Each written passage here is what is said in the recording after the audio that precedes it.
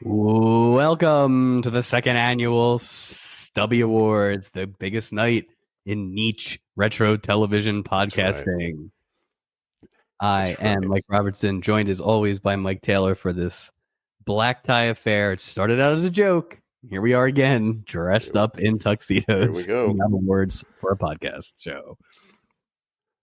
I'll tell you, there's only a few things I take more seriously than this. Not prepared to name them in order at this moment, but there are a few things I care about more than this, but not many. There is an extensive Google Doc sitting in front of me, for sure, that is filled with names of people that 2 years ago, I don't know that I even knew existed, and now I know them like good friends. Is this, Mike, is this our clip show, sort of? I guess it is kind of our clip show. I have always looked at this as this one's for us as like a year in review. I want to be able to look back in many years and get our little jokes in one stop shop form from each season. And I think that's kind of what this ends up being. The fact that we're giving out prestigious hardware along the road is just a little bonus for everybody listening. So well, I wonder how far away we are from not just a multiple Stubby winner in a single season, but a Stubby winner across multiple seasons. I will say this. No spoilers. I don't know that we will have unless it's the crew. Like that's different. Right. I don't know that we'll have one this year, but it's obviously close. The only multiples we had last year, I don't think even appeared in an episode this year, like Dan Carroll, Bob Crane, maybe. Bob Crane. All right, King. This year was a lot more wide open, and I think you'll see that in our discussions. Last year, it 100%. Felt like we had the awards kind of about halfway through the season. We realized it was a good idea, but some of it was based on who had been in already. Now, these categories are long established, and there's a lot of candidates, good and bad, for the good and bad. I do agree. I think the first time around doing this was an opportunity to get our sea legs. Yeah. But this year I really was, look, some people watch the Oscars, some people watch the Emmys. I'm a Stubby guy myself. Yeah. So, well, and I'll say this, the one difference between last year, knowing that we were doing this all season, is you watch these episodes and we definitely reference it during the season. Absolutely. You think you put a little note in your head, keep these people in mind come Stubby season, and we'll find out how many people made it to the big dance. So just to give a brief explanation of what this is, Stubbies are named after Phil Silver's character, Merrill Stubing Sr., nicknamed Stubby. We started out last year with 16 awards. We are now up to 20 categories. All the categories came back, of course, because they're perfect. But we added 4 new ones this year. The way this will work is Mike and I will alternate kind of hosting the category, and we will alternate revealing our nominees either 5-1 or 3-1. I think we have 3 for everybody. I don't think there's a 1-1 this year. No. Well, best animal. Yeah, I think might be or best repeat guest. It's thin. There are some thin categories. Categories that were not thin last year are thin this year, and vice versa. Yeah. But me and Mike have not seen each other's lists. We will run through 5-1. We will have our winners, quote unquote, and then a discussion will happen. This is just a conversation, and between the two of us, we trust that we will come up with a winner, and not get into a bloody fight. And we didn't come too close to having any indisputable arguments last year. No, I thought we were. There was a couple, but yeah. Yeah. But if we do, each of us has one challenge flag that you can throw, and that basically means you will get to pick the winner of the category, no questions asked, but you only get one, so use it wisely. I'm going to wait 6 more seasons for mine. No, they're not. It's not skins. It's not skins. I don't think we officially used it last year. I think we just kind of traded off because we're gentlemen. But I think it's important. You know what I mean? To have that just in case. I mean, yeah. We don't want to actually need it. But no. I put it this way. Last year, I feel like I had a lot more slam dunks that I was dug in on. There are some categories here that I have winners that I will easily be swayed. And I knew that when I filled it out, let alone before we even started talking about it. So there's only a couple nominees on this list that I'm willing to like die on that hill for. Yeah, and it's not many. No, there's a couple, but I'd say maybe two. Yeah, and that's not even winner, but for me, like a high. Right. It's that, or you know what I mean. Winners were hard this year, but the hardest thing was the nominees. Because there were just some things where there were so many people, and I wanted to get these people nominations, and some of them didn't. And I hate that I can't say so and so is a Stubby nominee. We'll see how it shakes out, because that's always the interesting thing. I love to see who you nominate versus who I nominate. Because it last year it was surprising. We very rarely had the same top five. Yeah. So obviously this is based on the episodes that aired this season for us, which started all the way back in May of 2024 with the Marooned two-parter, and ended just a couple weeks ago with the Mother's Day episode. So everything in between is eligible. Like I said, we will have 20 categories. We will explain the categories to you. We will tell you who won last year, although I'm sure everybody remembers. Unforgettable in one word. Absolutely.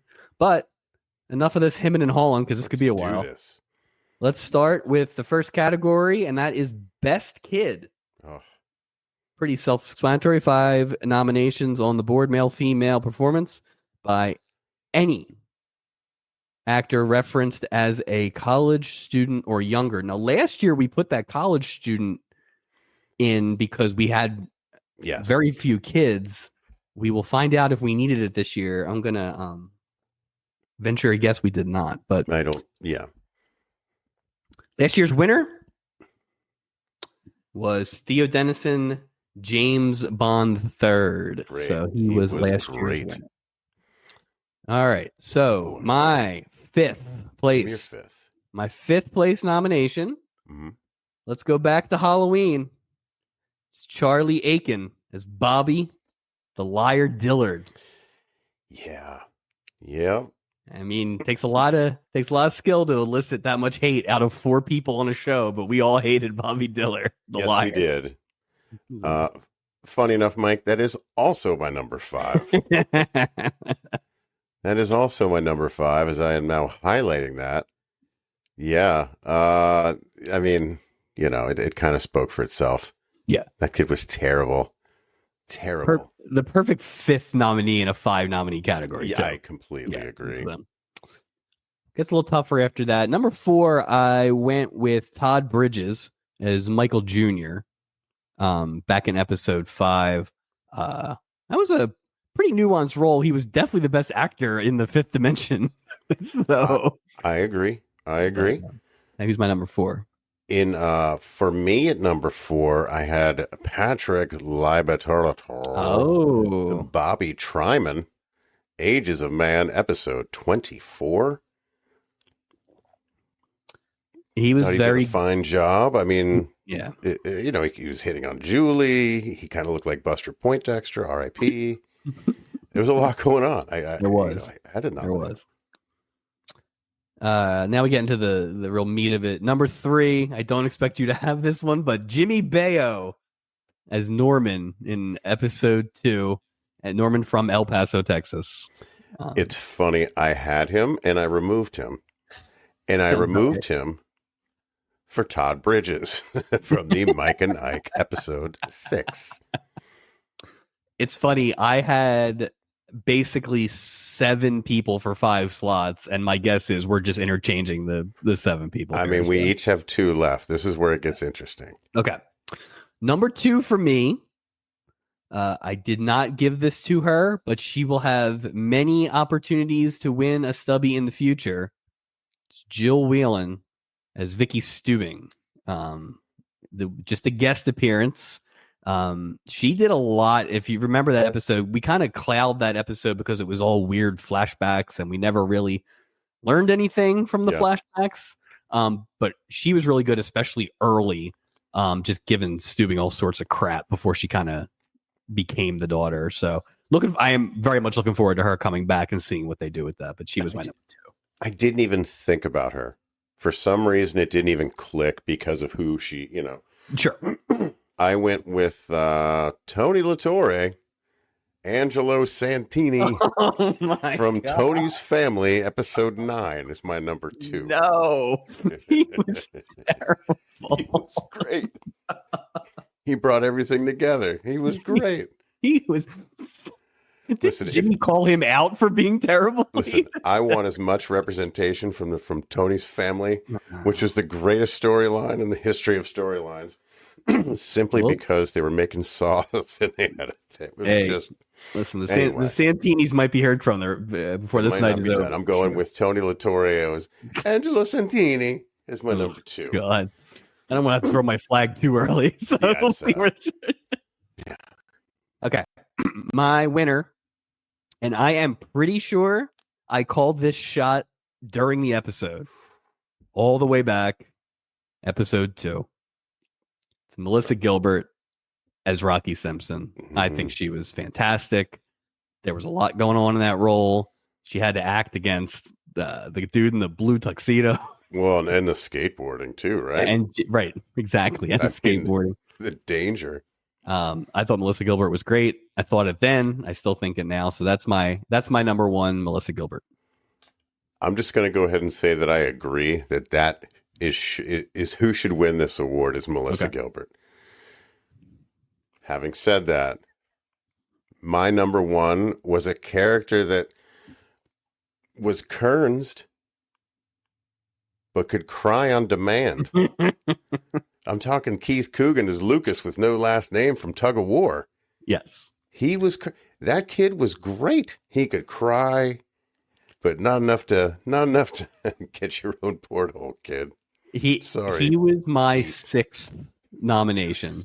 And I will say this. It was the tears. It was 2 things for me. Is I hated that storyline. I hated it. And it's not his fault, but I hated it. Mm-hmm. And 2, you texted me to find out which episode that was in.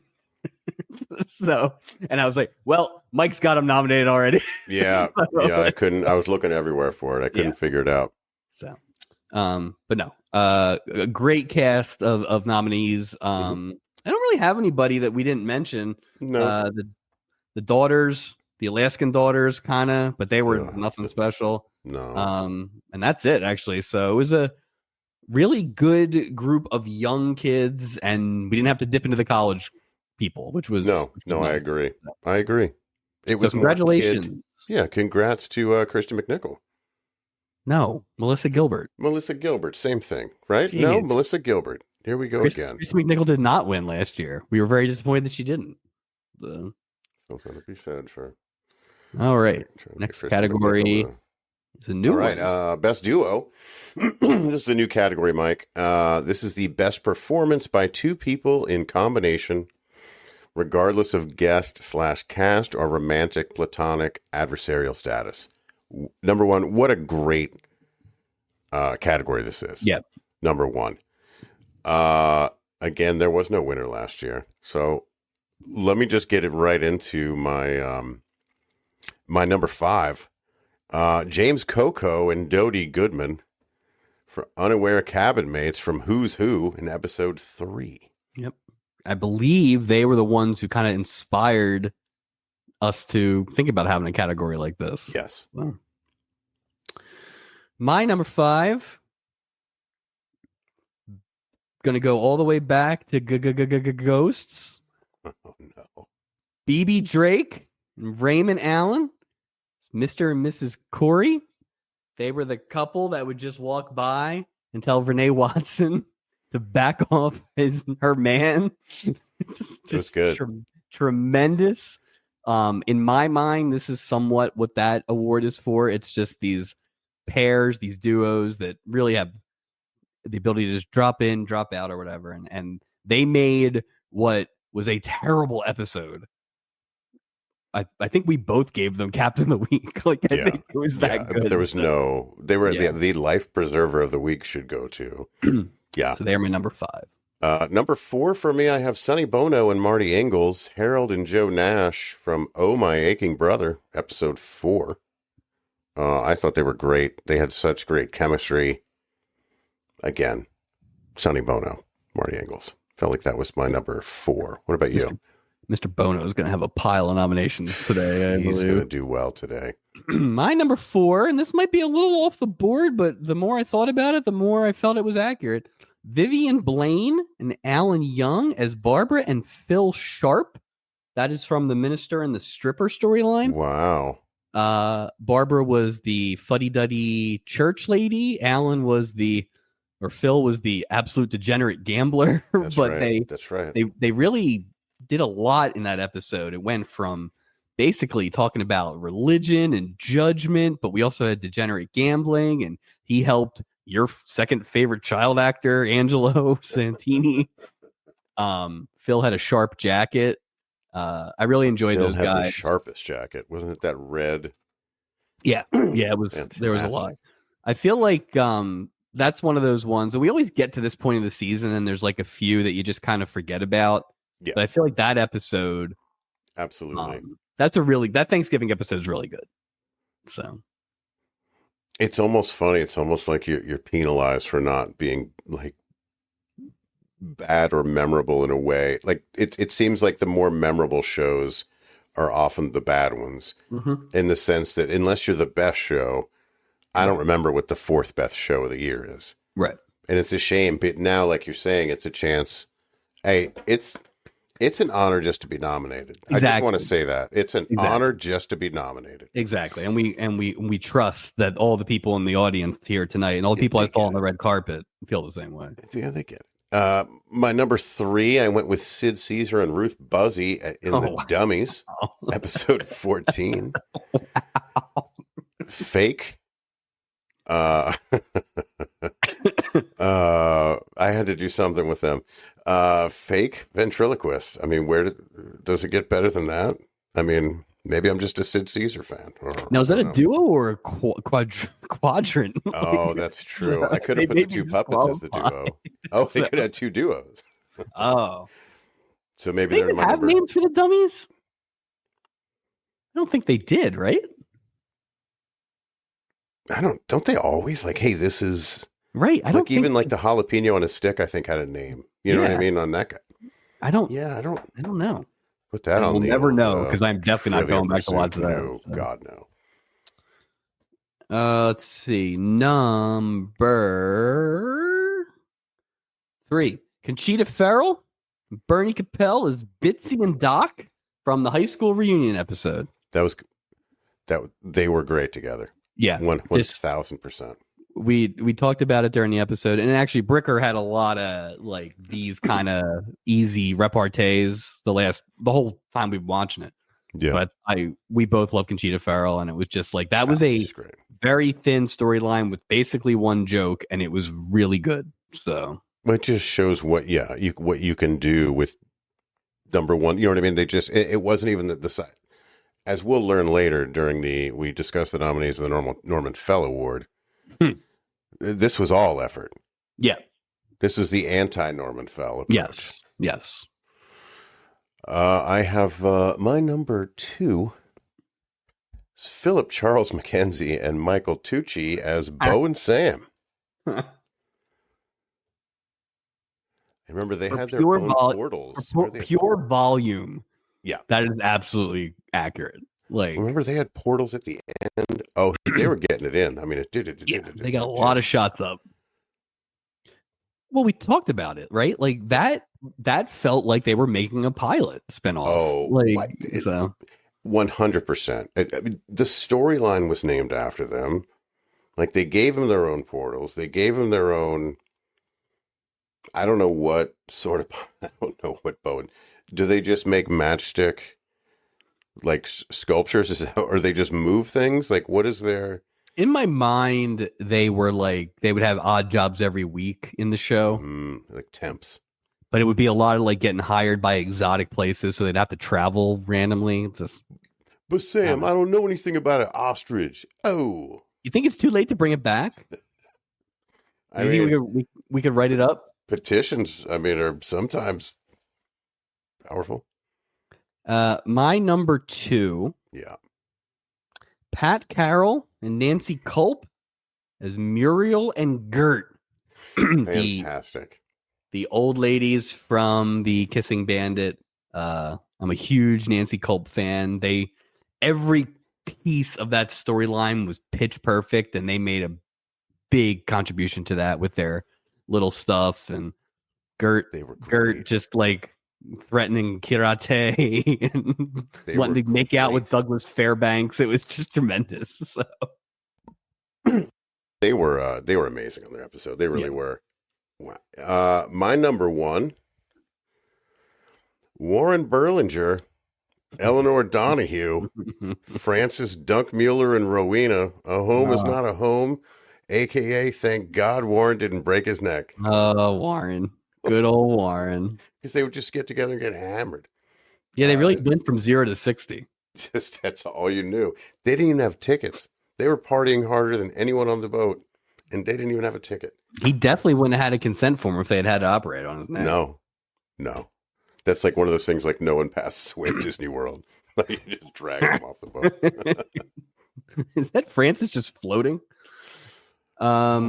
My number one was your number 5, James Coco and Dodie Goodman as the Prudes. Those, like I said, I think those were the people that kind of inspired us. And looking back, except for Bo and Sam, they probably carried a storyline as a duo by themselves the most.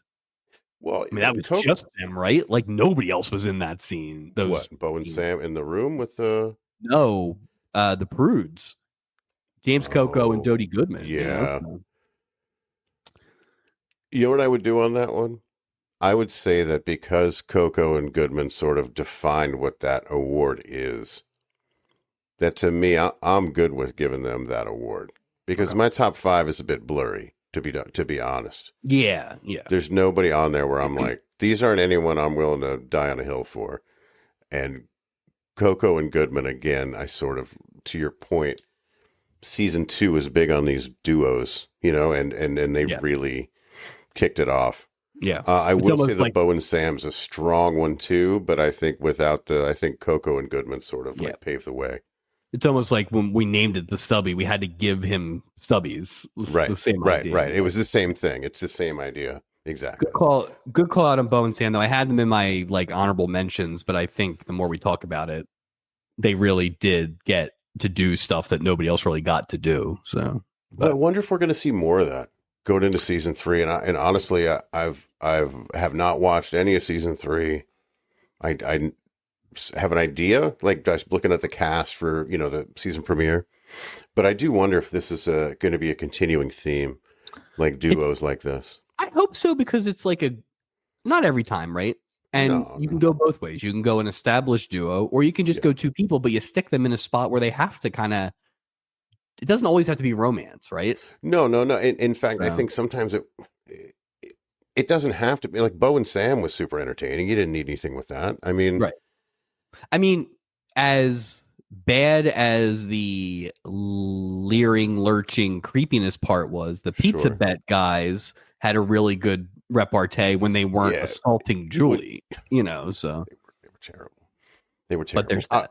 And I will say Sonny Bono and Marty Ingalls, too, I thought had that sort of like Bo and Sam sort of chemistry. I had, as honorable mention, I had Sonny Bono and Artie Johnson. See, I didn't want to name them twice, but I thought they were so good. You're more worried about the doubling up than I am, but that definitely was like that to me was like that this will ring true throughout the show. Yeah, you're gonna. But like that was just a very dominating performance by those two, So 100%, 100%. All right. Well, congratulations to James Coco and Dodie Goodman. You know what that means, Mike? 2 Stubby winners. Well, 3 Stubby winners from episode 2. How about that? That is interesting. How about that hot start? I would not have expected that. Keep that in mind for later discussions, perhaps. Next category, best old male-female performance by anyone referenced as a senior citizen, grandparent, elder, etc. We took the age out because it was getting a little blurry. Yeah. But you know it to see it. We get it. We get it. Last year's winner, the aforementioned Phil Silvers as Stubby. This is definitely one of the categories that was pretty thin in the first half of the season and then picked up a lot of steam at the end. And it's also a category that I am not committed to the winner, so I'll be curious to see how this goes. Not either. Yeah. All right, number 5 for me. The man with the robe, Robert Mandan as Woody Billingsley, who stole his son's girlfriend. Yeah, solid. Number 5 for me is Mr. David Doyle, the man who loved women. He's guilty of anything. Alvin McNair. All right, let's see. Number 4 for me. I feel like I had to do it just because he was doing so much. Raymond Burr. Yeah. Malcolm Dwyer in the high school reunion episode. I can't argue with that. My number 4 was Robert Mandan, like you had at number 5. And let me just tell you that Raymond Burr is my number 3. Just to go ahead and get that out of the way as Malcolm Dwyer. I didn't know where to put him, and like you, I'm like, I have to nominate him. Yeah. I have to put him here somewhere. Like he can't be 5. He can't be 1. I'll give him 3, but I don't think he was. I'll just say this: I don't think he was the best. No, but no. I think that's a good. I think that middle of the pack. I tried to do that a little more this year, where it was like there were guys I absolutely wanted to nominate, but like the goofy, jokey ones were a little higher up in the So. Yeah, I agree. These last 3 for me are interchangeable. Okay. For number 3, I have John Mills as Bertram McDonald. That was in the chauffeur Rags to Riches. Fantastic plot hole. He was so good. He was so debonair, so smooth. Way too good for this program. Clearly was only on because of his daughters. But he was great. He was great. I regret not nominating. And that's your number 3, because I'm at number 2 already. Because you might as well. You want me to do 2? I'll give you my 2. Yeah. I gave it to Abe Vigoda, Charlie Fletcher, and Home Sweet Home. I'm a big fan of Abe Vigoda's mumblings. Yeah, I know you are. He's just spoiler. Abe Vigoda does not appear on any of my ballots this year. So. All right, but I bet you we have the same number 1. We probably do, but like I said, I can go either way with either of these nominations. So number 2, I have Craig Stevens as Frank Pierce, who we just saw a few weeks ago. Okay. Really like a lot of acting in there. We really liked that storyline. He played except for the inconsistent limping, he was really good. Very, very interested to see him in future roles. I really enjoyed that. I agree. Number 1, I think you're probably right. We probably do it the same way. It's got to be the same person. I have Minnie Pearl. That's who I have. Yep. Okay. I don't think there's any way around it. She was the the cream of the crop. There's just If you had come in with John Mills or Craig Stevens, then maybe number 1, I would have been okay with that too. But to me, part of this, I think, when I was doing it was, who am I going to remember the most from this season? And that was just, we've talked about it a lot since it happened. That was just such a good performance. And I do feel like that name's going to come up a few more times. Yeah. I do. Because I think and look, the Vigoda, that was the Raymond Burr nominee, right? As well. And it was only because I couldn't put anybody. Now, you had some good ones there, but I just still feel that Minnie Pearl is head and shoulders above the rest. Yeah. In this performance. And listen, the nominees are really our personal taste, right? Yes. The winners, we have to get them right. The winners. Winners we can but we get it right. But no fooling around, right? The winners have to be correct, and that's why you're seeing this agreement. We don't joke around with that. Yeah, exactly. Yeah. Category is best animal. looking for a winner only. Any on-screen animal. Last year's winner was Lucille the chimpanzee. Mike, who did you nominate for best animal this year? So I think I just went on pure volume and the portal spot. I went with Cricket the dog. Same. Yeah, it had to be Cricket. I wanted to give it to the snake, but I'm a dog guy. I'm a dog guy. I couldn't do it. They needed to have the snake in like one more scene. Or a hat on him or something. Just something to, yeah. Or like he choked out Anderson or something. But so we agree. Cricket the dog is the best animal for season 2. All right. Congrats to Cricket. This might be my favorite new category. This is going to be a good one. Worst storyline. So I got 5 gems. 5 nominees. This is the worst individual segment from the past season based on plot, acting, and entertainment value. So we always talk about it. This show has 3 segments. You know, some are better than others. Some are worse than others. I had a long list here to talk about because especially early in the season, we always talked about how there'd be 1 really good storyline and 2 really bad storylines. And well, frankly, they're just all over the place, but not a shortage of nominees for sure. The biggest challenge was narrowing this down to 5. I had like 15 ready to go. Yeah, I definitely have double figures. So number 5 for me, this one is a bad plot, but probably the worst acting we saw all season. It's the double wedding from episode 13. Sorry, Fred Travellino, you tried your best. So that was really bad. Yeah, did not make my top 5, but that was in my list. My number 5 is the wallflower. Gopher's neighbor goes on the cruise, room full of roses. Yeah, that was really bad. It was bad. Number 4 for me, poor little rich girl. That was the waitress who won all the money, and then Stubing helped his mechanic get her back. I still don't. Apologies to Amin. I still don't understand what Stubing's plan was. It's so funny. I had the same thing. Yeah, he helped Alan Harmon. Remember, try to win her over. Yeah, I was the same. That's my number 4 as well. Excellent. I was just. But it's funny, if we both have disdain even remembering this episode, and we're at number 4. So number 1's going to be great. Yeah. Number 3 for me, and I've already mentioned it a couple times, was Tug of War. Part of it was the return of Buddy Stanfield and just his absolute disregard for anything counting his boundaries with his ex-wife or whatever, jerking the kid around, lying to the kid, all that stuff. But then poor Juliet Mills just basically forgives him and gets back with him for no reason. There was no logic to it.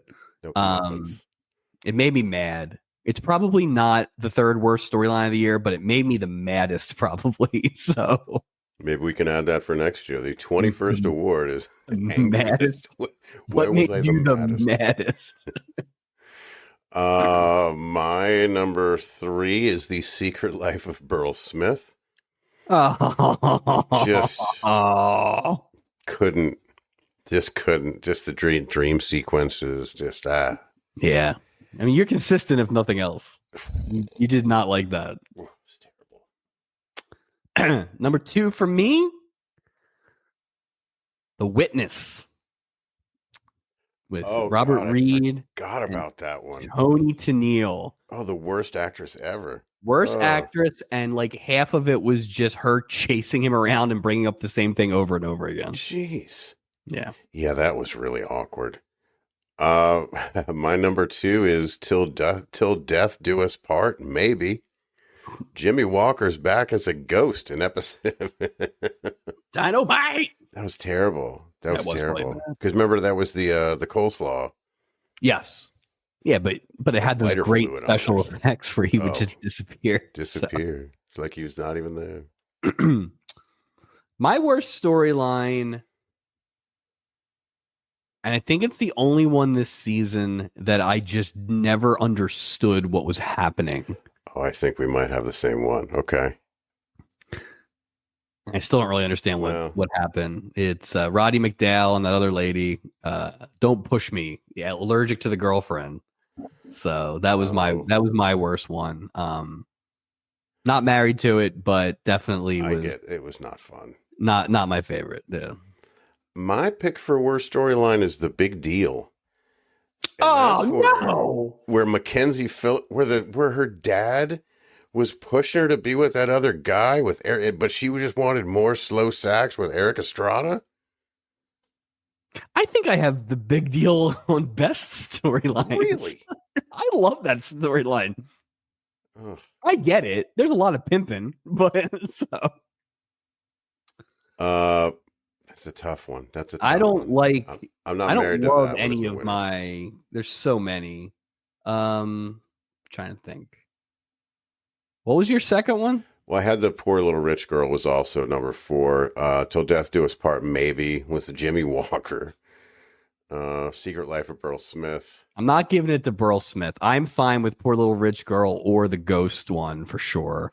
I say Poor Little Rich Girl because it's number 1. It's one we both agreed upon, and it's in the pool. Yeah, of 5. So I think we give it to Poor Little Rich Girl. I agree. Because episode 20, that episode was god awful as well. Yes. So just they're guilty by association as well. And it's that classic combination of bad acting, bad writing, illogical plot. Like it had it all. Had the wrong people in it. Stubing. Stupid Stubing. Oh, this is going to be a great one, Mike. The next award is for Best Musical Performance. Oof. 5 nominations. Any performer singing instrumental. Last year's winner was Diane Carroll as Roxy Blue. The multi-Stubby winner last season, Diane Carroll. I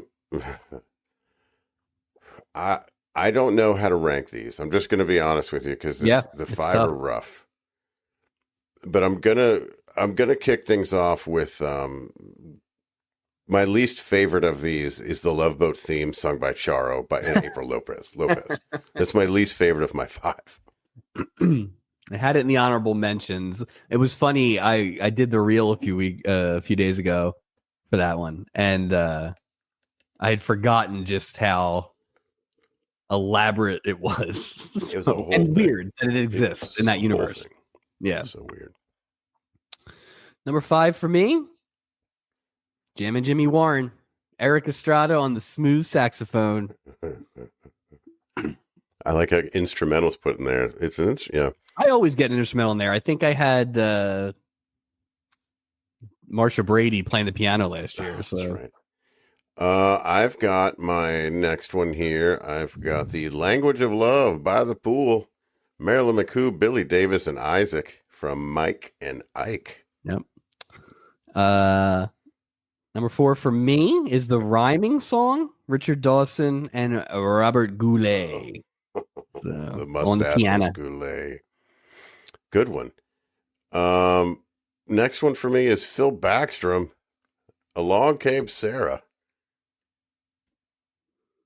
Sounds funny, you're like one ahead of me, basically. So my number 3 is The Language of Love.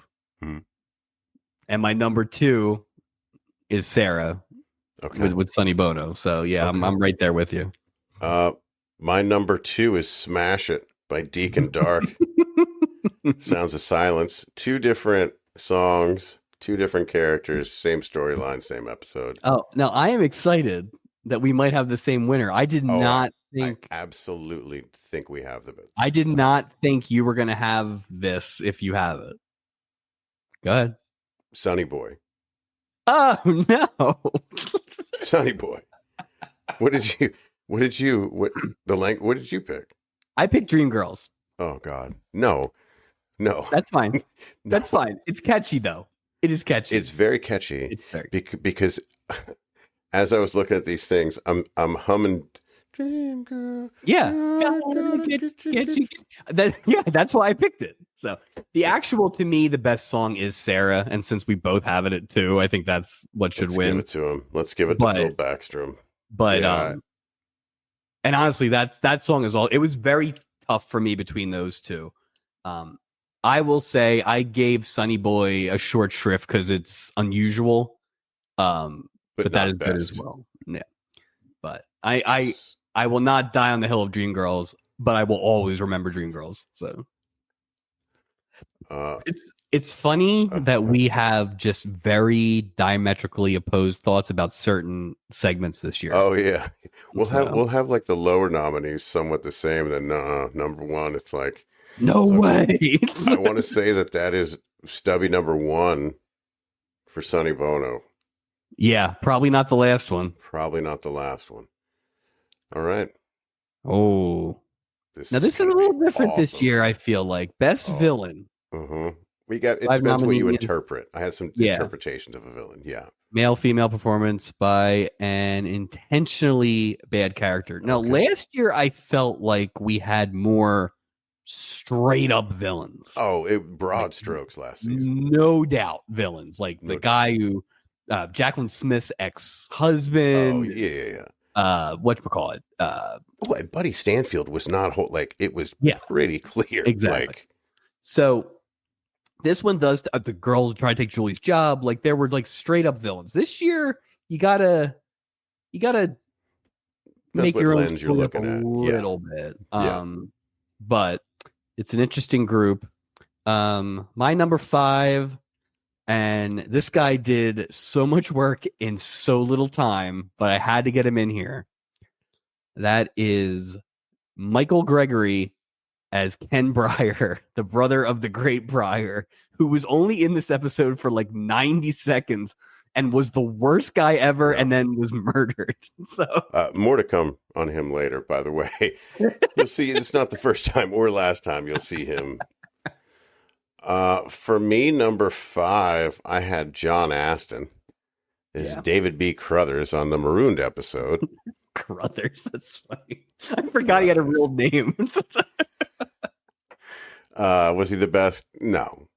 But I wanted to mention, he's a 2-parter. If he'd had real ammunition in his shotgun instead of sand, he might have made number 3. A lot of these villains were bad at being villains. I think that was what really was the difference between last year and this year. So, I agree. My number 4, Richard Anderson is Dr. Art Akers, the one-armed man. Now, I'm stretching it a little bit here, but this guy was really a dick. No, you're not stretching it. Most of the episode. So, and then he got his comeuppance, which again, a different thing than last year. Yeah, but that's the only reason he stopped being a villain. That's true. I mean, I have him at 3, Art Akers, but at number 4, I have Dave Madden. Playing Wes Larson in the last $100. That son of a bitch. Like that guy, I was like, that guy's totally a villain. Absolutely. And a coward too. Super big coward. My number 3, and this is a compliment, was Artie Johnson as Marty Austin. He was 100%. So good. And like we said it, we said it at the end of the episode, because at the end of the episode he buys into the but he's still him though. He's still him though. He's still him. Bought it. Yeah. Like you bought the face turn because it was logical, but it's the same guy. Like it's but I mean I had him as my number 2. I thought he was great. This Artie Johnson, I don't know that we really hit on it during the episode, but he does the bit about how many deaf people buy records, and he does it real patronizing. Yeah. But earlier in the episode, he says, "Ooh, charades," when Sarah's trying to do sign language. Like, what a dick. That guy's great. He's passing off snakes to people. He doesn't give 2 crap. Put on the makeup. Artie Johnson should have been like the most successful sleazeball villain agent character of the 80s. It's a crime that he did not work more. He's so good. That's my number 2. Yeah, that's strong number 2. He's no arguments there. My number 2 is Peter Marshall as Dr. Todd Gardner. Now, villain is tough, right? Because he was really sabotaging his wife and everything. But I mean, this guy basically wrote a book about open marriages, had a vague conversation with his wife about it before they got on the boat, hits on a woman in line, gets with her, gets offended when his wife starts talking to Stubing. Yeah, gets he was pretty big. Dumped by the other guy. He gets comeuppance, though, which is always fun to see. But very, very, very villainous behavior. And like we said during the episode, a wildly weird takedown of open marriage out of nowhere from the Love Boat. So I took a slightly different route with my number one. Okay. Because I think one of the things about a villain is they have to be hateable. Oh, right? Absolutely. And who is more hateable than Michael Lembeck as Disco Joey? Disco Joey. That guy he's holding extensive disco lessons where he's intimately disco dancing with Julie while his pregnant sort of like unspoken wife is having like. He was in the mix. All the people you mentioned were in the mix for me. My number one villain, and I have an argument for it. I'm not locked in, but I'm going to present my argument. It's Brad Collins of Collins Machinery. Okay. So Collins Machinery. He's working this deal with Mackenzie Phillips' father, businessman number one. They're working this deal. Yeah. They have to close it on the boat, which is already a weird power move, right? He comes on. He says he always gets what he wants. He's clearly like taking advantage of Mackenzie Phillips and all this stuff. He sends those drinks back with Isaac. I mean, that's a villain move right there. He does the thing where he's like, "Who's your old friend? Well, let's make him let's keep it that way, right?" Or something like that. He steals Mackenzie Phillips right away for the Puerto Vallarta tour. He then tries to big time. Oh, right. He's the greatest craps player of all time or something like that. Yeah. He says something about how I don't lose or something like that. And then he's just a prick. And then the best part is he gets absolutely faced. Yeah. In the deal at the end. So. He gets nothing. And she's leaving with slow sax playing Eric Estrada. Exactly. So he ended up getting absolutely nothing. So that was my logic behind Brad Collins. But I mean, I can't disagree with that. I think that the one guy we did agree on higher up on our list was the Artie Johnson. I feel very good if we give it to Artie Johnson because I feel like Artie Johnson deserves something for this season. I agree. And I would be very happy. And since we don't yet have like a supporting kind of thing or whatever, I think that's all right. So I am absolutely good with Artie Johnson. And it's funny to see award winners 2 episodes in a row from episodes in the 20s because you know the rule. The 20s are terrible. Well, I mean, usually we talked about it at the end of the season, but it's like the difference that you feel about a season when the last 3 episodes are good in a row. We probably will think better of this season than we actually did because we're leaving it on a positive note. Oh, the last episode was great. Yeah, the last couple were great. New category, Mike. Best storyline. This is the best individual segment from the past season based on plot, acting, and entertainment value. All right. Well, this is going to be interesting. Number 5 for me is Julie Falls Hard. Julie Falls for Jack Chanot, number 5. Really? Yeah. I'm impressed. I didn't know well done. I didn't know if you were on board with that one. Yeah, I like that. This one we just talked about a few weeks ago. I'll See You Again. That is the Frank Pierce and his lovely wartime affair. Eve and the Frenchman, all the D-Day stuff. I just really enjoyed that, and probably the best gotcha of the season. Oh, without a doubt, got me. Yeah, and I will give them credit. I always appreciate getting got by this show. So same here. I had no idea. Yeah. Number 4 for me. This has come up a couple times already. The Last $100.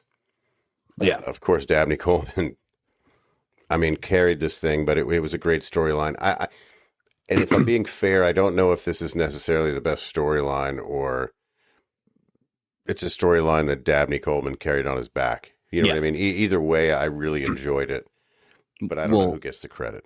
And not just that, carried it in what some might say was the worst episode of the season. Yeah. He was dragging that thing on his back. So it was amazing. Yeah. Let's see. My number 4 is The Man Who Loved Women. And that's a great episode. McNair. That you look back and it's like, man, that really did take up a lot of the storylines with all the women, and it was well done and just kind of weird, but it never got creepy, even though he was womanizing. And just everybody seemed happy at the end of it. I really enjoyed that one. For him to do all that and not come across as like a villain was pretty impressive. Yeah. Considering. Number 3 for me is The Switch. That's that Great Briar episode. I really enjoyed that episode a lot. Yeah. I thought it was great. Now, I'm glad you did that because I couldn't really find a way to get Ron Palillo in here. And he was tremendous. He was fantastic. And maybe next year we have to think about a category of like most surprising or most different or something like, you know what I mean? But or something like that. But yeah, it was just like he did a lot. Most against type, but he was really 100%. good. Yeah. My number 3, we've kind of hit it a lot so far tonight. Sounds of Silence, the Sonny Bono tour de force. As we've already given out hardware, I believe, to both of the leads in there. It's a great storyline. It's really good. Yeah. For me, number 2, I have The Kissing Bandit. Love that storyline. The 2 ladies mentioned earlier, they were nominated for Best Duo. Just the snappiness. It just, that's the kind of Love Boat I like right there. It was perfect. And it fit in with the other stories really well, too. My number 2, and I don't know if you'll agree with this, but the more I've thought about it over the season, the more it's actually, to me, the best crafted episode storyline of the whole season is A Different Girl. And that's the Captain Dave one. And at the time we talked about it, it was written by a writer who had worked on Mary Hartman, I believe, was not a normal Love Boat writer. We talked a lot last season about female forward and empowering of women. I don't think we had that this year. Nearly as much. I think we'll see that in the female category eventually. I hope so. But I thought Bess Anderson was outstanding. Yeah. She didn't back down to Captain Dave. I thought we hated that guy, and I do not think that guy is hated like in real life or whatever. No, but it was the source material. He was hateable, and it felt incredibly like real. Yeah, which this show just does not do. That one stuck with me a lot throughout the season. So that was my number 2. So I get that. My number 1, again, is somebody we're going to hear a lot about. A Home Is Not a Home. The Minnie Pearl / Broken Neck episode storyline. Again, it had the Minnie Pearl with her low key howdy, the way she talked about ordering all the wine. Just it was a snappy storyline that we saw her son-in-law nearly break his neck. I just thought it to me. And again, when you're talking about episodes in the 20s, I did not expect to get such a strong storyline. But again, is that due to the storyline or is that due to Minnie Pearl? Either way, and part of it. The duo, I just think it was fantastic. It really, I feel like that story was a home run. It was on my list. My number 1, I believe, was your number 2. So I think this probably will end up winning. I had The Kissing Bandit. Oh yeah, I have no problem. I think that's great. Yeah. We talked about it with the duo, but Billy Crystal was good. The blonde lady was good. Stubing was really good. Was great because he was bumbling. It might have been like the first one this season where we were like, oh, they may be onto something with Stubing now, kind of more in the bumbling, I think that's when we started talking about him in the context of like a Commandant Lassard type of character. Because the episode before he gets punched in the pool fight. 360. Yeah. So, but no, I'm very happy with that as a choice. Oh, same here. So, congratulations to the Kissing Bandit. Good and again, I think to your point, that's what I think the Love Boat is. Yeah, me too. That's actually what I think the Love Boat is. It's fantastic. All right. This category was a lot more fleshed out last season. Best returning guest, male, female, that was a guest on multiple episodes this season. If you remember last year, we had somebody, Michelle Lee was on 3 times. Yeah. We made a lot of comments about how odd that was that they would bring people back in the same season as different characters or whatever. I kind of missed it a little bit this year. I kind of did too, to be honest with you. So I don't know how many you came up with. I only found 4 people who even qualified, and 2 of them played the same character, so I don't even know if that counts. See, I read this as best returning guest as a 1 answer nomination, much like best animal. It's going to end up being the same thing anyway. It's going to be. I know who's going to win this award. Yeah. The 4. I was just not wasting time. Who do you have? So the winner, you want to do the winner? Or you want me to go through? I want to hear who you have. Yeah, I want to hear all you have. I only have 1, but go ahead. All right. So honorable mention went to Anderson, the steward, who was in 2 straight episodes. That's funny. For 3rd, I had Chris Capon as the radio officer because he was in 2 episodes. Shout out to Chris Capon. Now the actual candidates: number 2, Juliet Mills. Yeah. As June Godwin. And then Millicent, she was good in the first one, good in the first half of the second one, but then fell apart. Yeah. But the obvious winner, is Sonny Bono from episode 3. And then Sound of Silence. As we said, I think after we saw him the second time, he might be the greatest Love Boat cure of all time because he's only in great episodes. So, in both of those episodes were good. Yeah. Oh yeah, no, it was. And I feel like, and I think we'll have a discussion here shortly about this too. I feel like I probably underestimate him in that first episode because the other 2 storylines were so good. But he did a lot of physical comedy in that, pretending to be hurt and Isaac dumping the booze in the funnel and all that stuff. Like, he was really good in that too. So that's a second win for Sonny Bono already. That's why I wanted to get him nominated, for that first performance in Best Duo, because I do agree with you. I think it's overlooked. Yeah, its brilliance is overlooked. Yep. Oh, well, here comes a fun category. Best Horn Dog, 3 nominees. Male, female performance that was the horniest / sex-starved. Last year's winner, Carol White, as Penny Jacobs, and boy, did she qualify. She might have been nominated 3 times. Nobody reached Penny Jacobs' level this year. Well. Oh, okay. We'll see. My number 3, David Doyle, Alvin McNair, the man who loved women. Oh, McNair. Yeah, McNair. My number 3 is your good friend Disco Joey, Michael Lembeck. Disco Joey. Fair enough. Number 2, I have Melissa Sue Anderson as Jennifer Chubbs Smith. Oh, good call. Chubbs. Good call. I did not have her. That's an excellent call. She was all over the place. That's right. My number 2, Patty McCormick, is Beth Donaldson. If you remember, she basically jumped the little people's son and wanted to have 16 babies with him. That's right. And she had been working him since the building. So. That's right. Number 1, little outside the box. Julie McCoy, Ages of Man, throwing herself at Walter Barish. Oh, poor Julie. Because I was like, is that worse than Chubbs? That's what I kept thinking. I had the two of them up the top, and I'm like, no. Well, it's that thing Julius where at work. Like, well, what? and it's that thing too where it's like a horn dog is it doesn't have to be like multiple, right? It could just be really horny for one person. Yeah. Or whatever. My number one was David Doyle as Alvin McNair. Oh God, I love David Doyle. Um,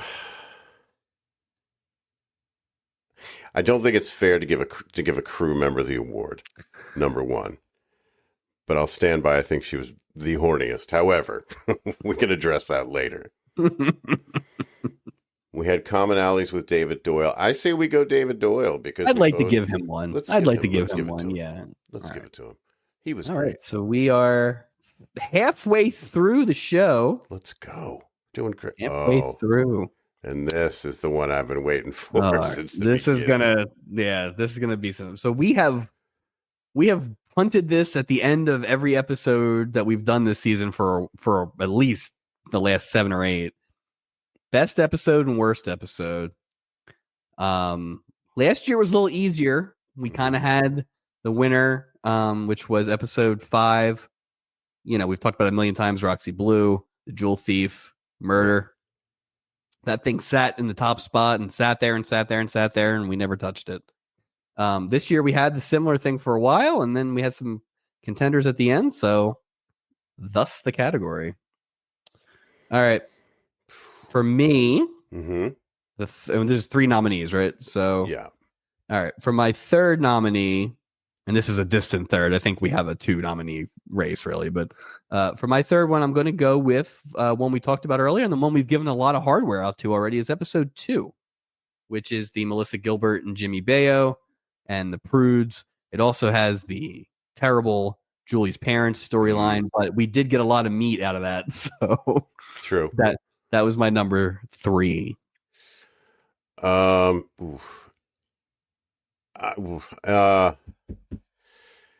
This is a tough one. I'm gonna say the worst one was the. Wait, we're on best. We're on best. Yeah, sorry. I'm sorry. Best, I would go. Number 3, I'd go Kissing Bandit, The Witness, and Mike and Ike would be my number 3. Yeah, that's a good one. That's a classic example that we had a lot where The Witness was terrible, but the other 2 storylines were really good. Fantastic. So. All right.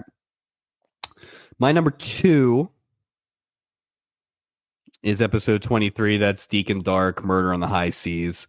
It's obviously a great episode. Yeah. I think I can be swayed either way. We've kind of had this conversation a few times.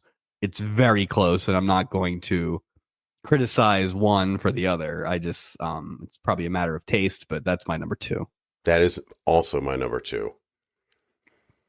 So my winner, yeah, is episode 3, Cruise Ship Casanova and Captain Dave, and the fake injury. So mine was the best was A Different Girl, The Man Who Loved Women, and Oh My Aching Brother. All right. So we ended up there. Best. Yep. Interesting. It's very interesting because last year number 5 won, and the second was number 22, and that's very close to where we landed this year too, which is just interesting. I don't know what that means. I don't know. It's the best part. Worst. Okay, there are a lot here, but here's what I got. All right, so my third for the worst is episode 20. That's Gene Rayburn, cockblocked by a dog, robot, and the dumb rich girl storyline. My third worst is the Tug of War, Good and Faithful Servant, Secret Life of Burl Smith, Designated Lover. Which is gotta hurt for you because you got Reggie Jackson in there. It hurt. Yeah. Well, just wait till the Hulkster gets involved. I think I'm disappointed now. I think that is the worst episode. Yeah, it's my number 2 is episode 8. It's Ghost Jimmy Walker, Conrad Bain locked in a cabin with peanuts. That awful Jamie Lee Curtis and her husband story where they're just reading a book in bed for an hour. Yeah, that was my number 2. I believe that's called The Ship of Ghouls. That is also my number 2. We have the same number 2. And my worst episode. It shouldn't even be close. Yeah, but I don't know if you're going to agree. We'll see. All right. My worst episode, despite the best efforts of Dabney Coleman, is Pepito. Wow. Okay, no, I didn't have that. I see what you're saying. I had the Ages of Man, Families, and Bo and Sam as the worst episode. Totally acceptable. Either I'm going to give you. totally I'm going to give you that one. All right. Yeah, but because like I think when we talked about it, Bo and Sam. That's it. Like they tried really hard, but even that was just like we said, not really a Love Boat episode. No, it so was not. No, I think that is a absolute fair decision. There were a lot of candidates. A lot of candidates. So I'm excited about this one. Next award is Best Part-Time Crew Member. 5 nominees, male-female performance by any staff member outside of the main 5. Last year's winner, the late great Bob Crane as Teddy Anderson, who just killed it. He set a new standard. My number 5 is James Dobson. Anderson the Steward. Multiple episodes. He'll show up on my list, don't you worry. But number 5 for me was the radio officer, Chris Capon. He saved the ship, for God's sakes. He did. But then he almost got what's her name killed in the first episode of Bricker because it was his bad connections, and then we never saw him again. So that was it. He got fired. Yep. Number 4, Debbie Morgan is Stephanie Jackson in Second Chance. Oh, I didn't even think about her. Brought her back to work in the gift shop. Yeah. Damn it. It's so funny. I didn't even. Yes, but I didn't even think of her as actually being a crew member. I figured she just made it. Good call. My number 4, Dick Martin as Captain Cunningham in episode 1 from this season. And honestly, 90% of this is that scene where he's trying to rub the sauce off his arm like it's the telltale heart. That guy. Well, you got me off my. I don't even. I just got so irritated about that guy. What a terrible episode to start the season, by the way. Bad. Like, please, whatever happens in Alaska, can it be better than season 1 or episode 1 was last year? Abe Vigoda got another nomination for me at number 3. Did he deserve it? Probably not. But now we got to really good about my 1s and 2s. So now we got to call him multiple Stubby nominee. That's right. Outrageous. Old fish. Number 3 for me. Oh, it's old Anderson, y'all. Getting that sweet tea. James Dobson. He really. I'm disappointed we're not going to see him for a while. I hope they do this a little bit more. Just give us like 2 or 3 episodes in a row with the same crew guy. Or just give us a season of like a Dobson character, so you see every couple episodes. Seems pretty simple, guys. Okay, so I have 2, my number 1 and number 2, I feel really strongly about. I'm going to give you my number 2. They're interchangeable, but my first number 2 for me is Pat Harrington Jr. as Hank Fosnick from the Captain's Cup. I mean, he was polishing things. He's doing voices. He was great. Also, my number 2. Yeah. I mean, just the get yourself another sucker, get yourself another boy. Then I am confident that we have the same part-time crew. I know you're voting. I know you're voting for him. It's not going to be the last time we see him this evening either. I was surprised that I was voting for him, but yeah, I assume we have the same. I have Larry Storch as Tony Santini. He was great. He just the real tiebreaker for me was actual work done between him and Harrington. Like, it's not even close. This guy worked a double shift on a holiday. He was great.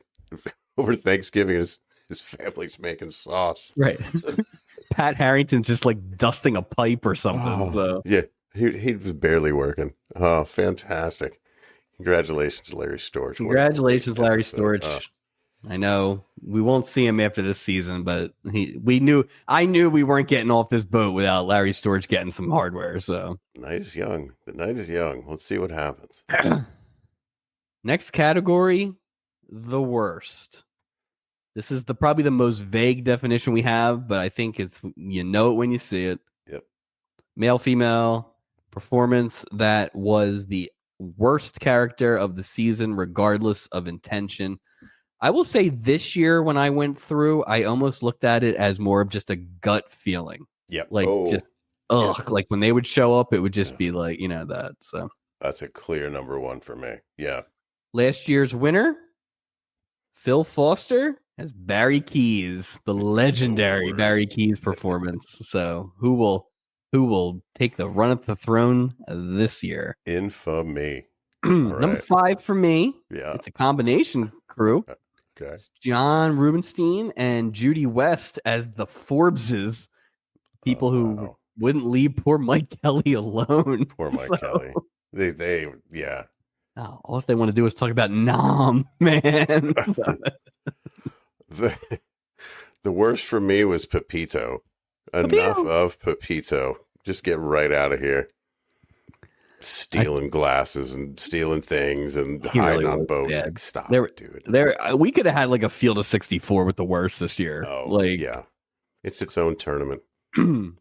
My number 4, I really wanted to get him up higher, but I just couldn't justify it. David Hedison as Sherman, Buddy Stanfield himself, just walking through doors without knocking, showing up on the boat when he doesn't have custody of the kid. just oh God, telling the kid they're gonna get back together, pretending he's gonna pack and leave, and then just showing up. Just awful. That guy stinks. Awful. This guy's the worst. My number 4 is Tony Tennille.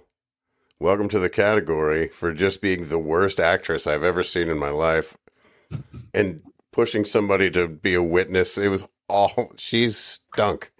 Just awful. Just worst. My number 3 is Tony Tennille as Suzanne Henderson in The Witness. The absolute worst. So. My number 3, Andy Hopkins. My sister Irene. Ray Bolger, 2-time the worst nominee. Unbelievable. That's ridiculous. Poor Ray Bolger. I think Ray Bolger. I think he's got a positive nomination for me somewhere. So best old, maybe? I think so. Yeah. Maybe. All right. Number 2 for me, Red Buttons as Uncle Cyrus. Oh, I didn't even think about that. I didn't go too hard on it. I think that was probably where the obvious money was, but I couldn't go beyond 2 for that one. And honestly, most of it was because it was just like no redeeming quality for that guy. No. But my number 2 was Dick Martin, Deputy Captain Cunningham, which brings us to our number 1 seeds here, Mike. I feel like I don't know if I'm going to throw the flag or not. I really want you to have this person. I don't know if you will. Let me say, and then let me tell you who I have, and then you can. Okay. I went with Gene Rayburn, and I went with him because he moans when he kisses people. Like he had a double to go into the pool. Like he's just the worst actor in the history of acting. I will present from our Halloween episode, Barbara Anderson as Karen Williamson. Okay. Woman who spent the entire episode worried about a scar that didn't exist. It was on here. I took her off my list. Not believing that 2 horny men were interested in her. Getting taught life lessons by Julie. Then trying to jump off a boat in front of children. To me, she is the worst. She's the worst. There's no. That whole episode was just That was my Halloween costume too. I don't know why I didn't nominate her. Jeez. That's why I was kind of hoping you were going to have her. I didn't even, that's funny. I can't argue with that at all. She was hateable too. Yeah. That's kind of where I landed. So if you're okay with that, I'm gonna give that to her. Okay. Next award is Best Moment. 3 nominees. Favorite individual moment scene from this season. Last year's winner, Stubby dresses down his son constantly, which is why I love Stubby so much. Yeah, that's a Mike Taylor winner right there. So let me give you my number, my 3.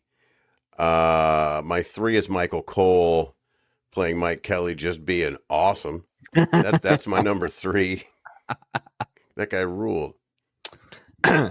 My number 3 is, let's see. My number 3 is our good friend Francis Dunkmuller diving headfirst with his spine into that cot.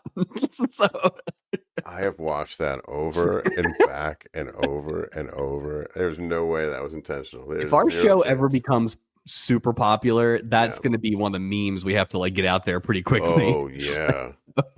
Don't lose your head, my number 2 is Robert Mondon, Woody Billingsley, like father, like son, when he smacked his son right in the face. That was a great moment. I love that moment. The old grab punch. It's great.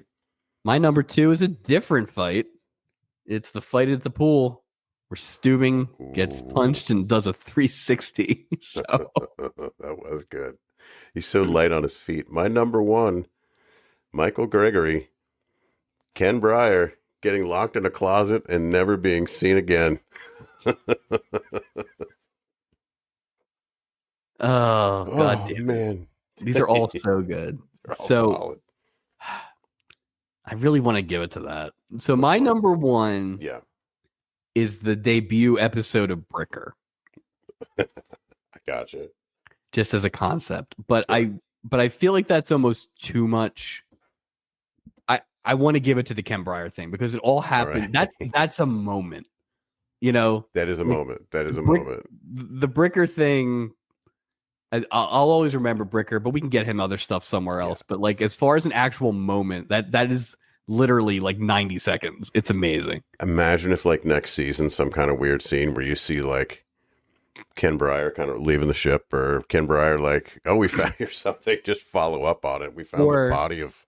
Well, yeah, what I want is whoever the steward is in an episode next season is unpacking somebody's suitcase, and they open up the closet and just bones. Here's the great Breyer.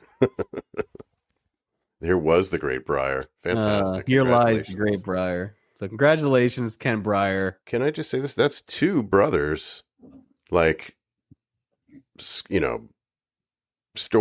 brothers winning awards. That's nice. Has that ever happened before? I don't know that we had any brother stuff last year that I can remember. Just interesting. Yeah. Something to think about. They definitely expanded the demographic of who showed up on this boat. There still haven't been a lot of friend groups to come on. Yeah. But they definitely varied it up a little bit from it. Was always just I'm alone. I'm on a date, so. What's funny too is I do think that the word moment comes into play, because when you have the worst, but then you have the worst moment. Right. Those are 2 very different things. Yeah. Oh, absolutely. You know because what I mean? Yeah. Speaking of that worst moment, obviously the least favorite individual moment from a season. Last year's winner was very easily the worst moment. It was Julie hitting on Potsy, the full-grown, red-blooded American woman. I don't know that we reached the category levels this year, but maybe we did. Let's find out. My number 3, and this is why I'm mad I didn't nominate her for a crew award, Stephanie Jackson trying to repay Isaac with her body. So that's my number 2 on my list, actually. Yeah, that was. I mean, just out of nowhere, it was wild. It was the first act. Yeah, okay, I guess what?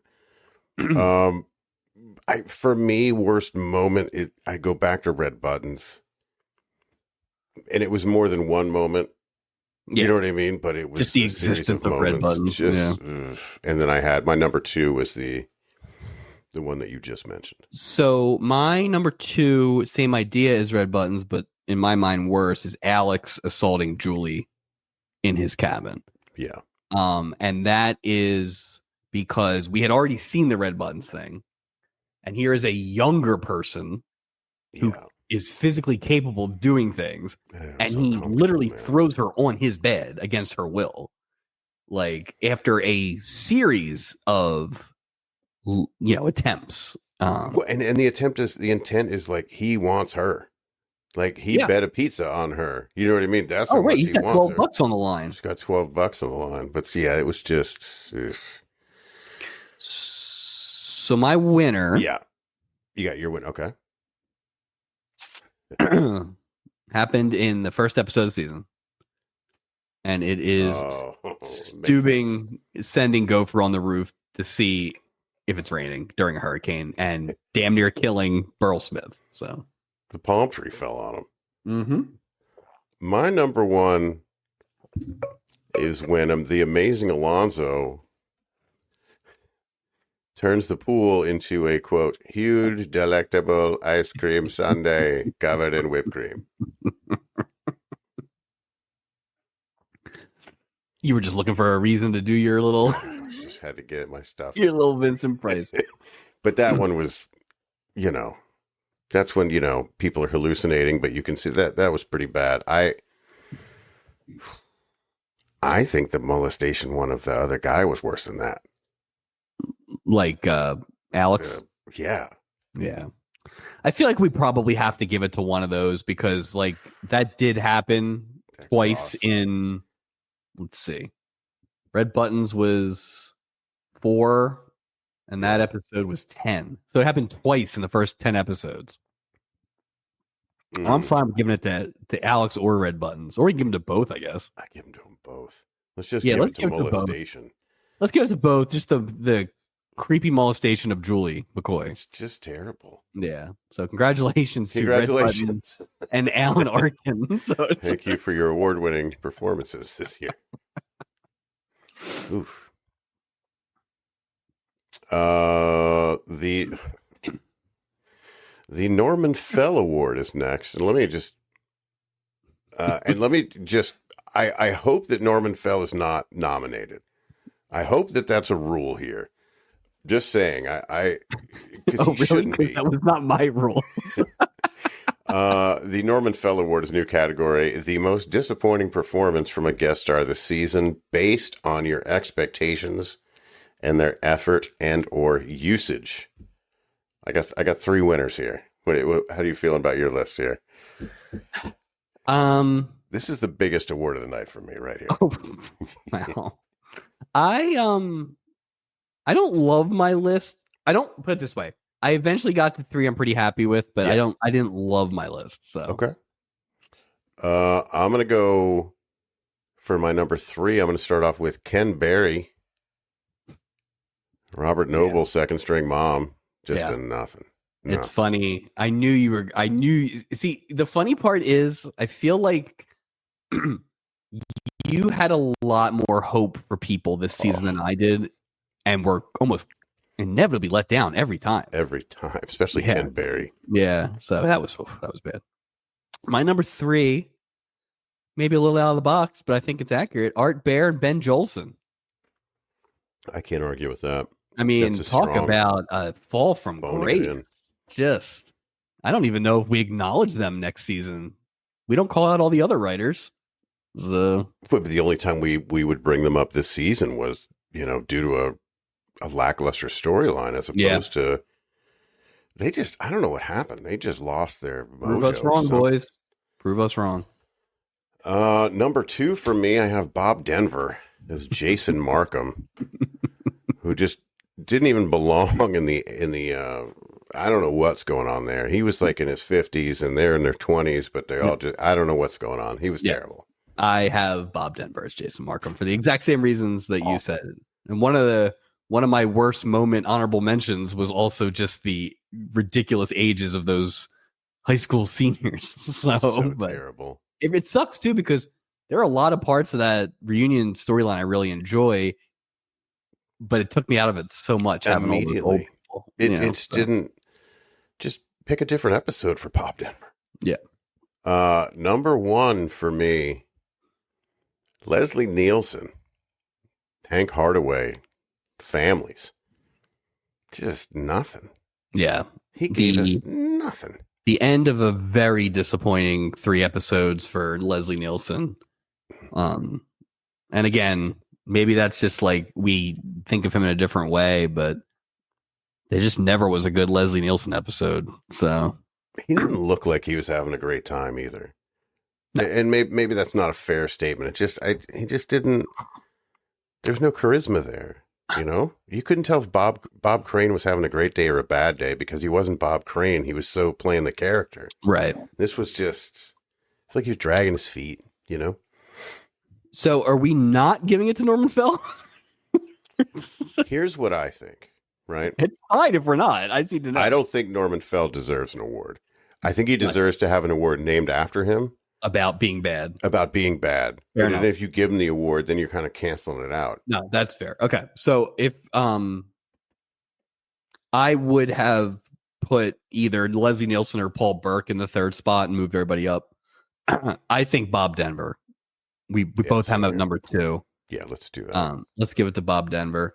Sorry, Bob. And I do like that we're punishing Norman Fell by not giving him an award, but naming a bad award after him. You don't do that. And now this way, we can just bring it up forever because he never comes back. Mm-mm. But the award will live on forever. Live on, like Stubby, but for a very different reason. By the way, I feel like I've said 2 versions of this for most of the season, but I actually did look at it this year. There are 9 full seasons. And then the 10th season is the one with 4 episodes. So this is the second of 10 stuff. I assume we'll do one for the last season.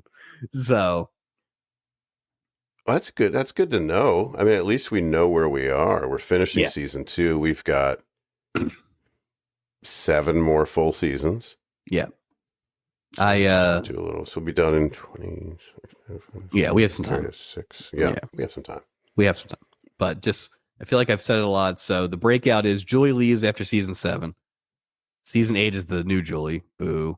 Season 9, Julie comes back at some point for at least a couple episodes. Really? And then she's in season 10, which is just the 4 TV movies, basically. So when they bring a Julie replacement, is her name Julie? I think it's close. Like, I think it's like Jackie or Jenny or. That's crazy. I hate this person already. Yeah, I'm not a face. She's my least favorite. Boom. Worst. She's the worst. Worst moment. Worst. Norman Fell Award. Everything. I can't wait to hate her. All right. Speaking of females. Yeah. And I think as we get to the big ones here, this will kind of highlight what we were saying. Yes. Best female performance, by any non-regular cast member of the season. Last year, Diane Carroll was the winner as Roxy Blue. Last year was just haymakers everywhere. She was a force. Yeah, we had some heavy hit. Yeah, we're going to see some pretty heavy hitters in the next few categories. So yeah, this is where it's going to. This was a little tougher this year than maybe I was thinking was. So number 5 for me, I went with Melissa Gilbert as Rocky Simpson. Like I said, I thought that was head and shoulders the best kid performance of the season, and I just really enjoyed that performance, and it kind of stuck throughout the whole season as being a fair good enough. I went with Rue McClanahan. Number 5 is April Dunleavy. Thought she did great. Obviously, we know her. Thought she had chemistry with Dabney Coleman. Thought she was good. Thought she was solid. I agree, and I think I commented on the episode. There was just that like messy dialogue where they were kind of talking over each other and just very like choppy. It was very real. Really enjoyed that. Yeah, I do too. Number 4, and this one was a real surprise, and maybe this does go back to that new category that we'll talk about, which is like most surprising or something like that, was Tina Louise. She was definitely most surprising. As Doc's the first of 4 ex-wives that we will see. I thought she was excellent. I had never seen her in anything that wasn't Ginger. I didn't know she what was to this expect. year's Eve Plum. She was great. She was great. My number 4, I went with Samantha Egger as Mary Louise Murphy. She was my first cut or last cut or however you want to say it. She was 6 right basically for me. She was fantastic. Number 3 for me. I don't think you're going to agree based on your earlier comments, but Mackenzie Phillips as Allison Scott in The Big Deal, episode 4. She had a lot to do in that role with a lot of different characters. Oh yeah. And I thought she was really good. And as we talked about in the episode, she was basically playing like 24, 25, and she was 18. Yeah. Yeah, no, she did a great job. It's kind of weird that she was only 18, but she did really a great job. My number 3 in that 3 spot, it's the Abe Vigoda spot for me. I went with Ethel Merman as Roz Smith, third wheel. I thought, this is her only shot. Let me go ahead and put her nomination in. She was over the top. Was she top 5? She's probably like top 8. But I wanted to go ahead and give her a higher nomination because of who she was or is. When you said the Abe Vigoda spot, I thought you were going to say Nancy Walker. That's funny. My number 2, and I know you hate the storyline, and I know you hate the concept of the storyline, but if you think about the actual acting and the effort that was given, I'm going with Haley Mills as Cheryl Tyson, because she, much like Gopher did in that episode, basically played 6 or 7 different characters. I agree. A lot of different stuff. I appreciate anybody giving that much effort. And I don't know. I thought they were very cute. I wish they would have done a better job kind of editing that a little bit to make it more about how they ended up as opposed to what the dreams and all the nonsense were. But my number 2 is Minnie Pearl. Home is Not a Home, playing Molly. And we've talked about it. She was top notch. All right, my number 1, and I think I said it earlier when we were talking about the storylines. I'm going with Bess Armstrong from the Captain Dave storyline. Okay. Like I said, I thought that was just the best actual acting of the whole season from a female. And the fact that it also probably was one of the few kind of strong female characters we had this year that wasn't like just an old lady joke kind of one. I thought that was a really good effort from her.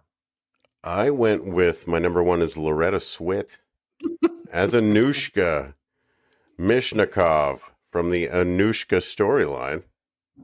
I thought she was great. I mean, she certainly went for it. It's basically the Haley Mills nomination, right? I mean, that's So do we have anybody that's the same? Do we have 10 completely different?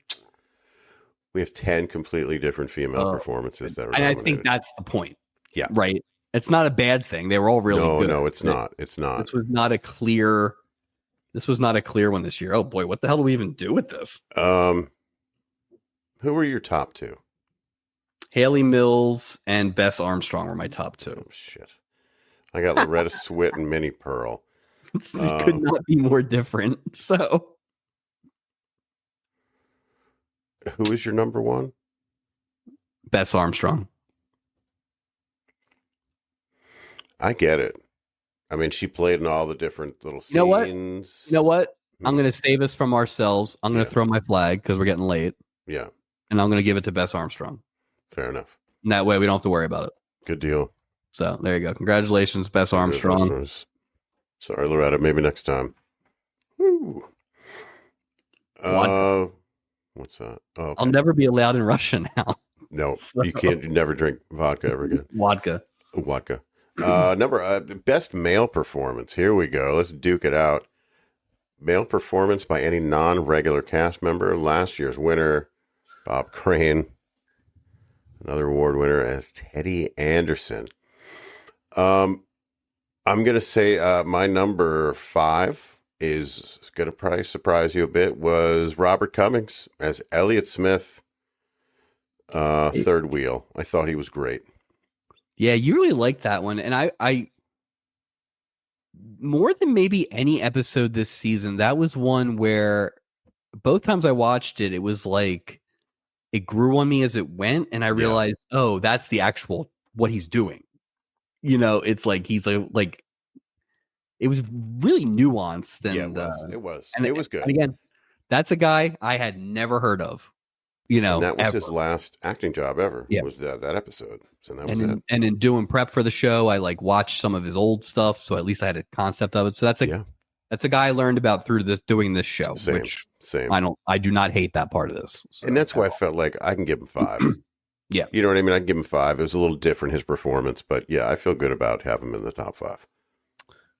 I will say this was hard. I left a lot of good men off of this list. Tough. People I really like. But thought it was very important to get this man a nomination. Number 5 for me, playing Danny Holt. It's Bert Convy.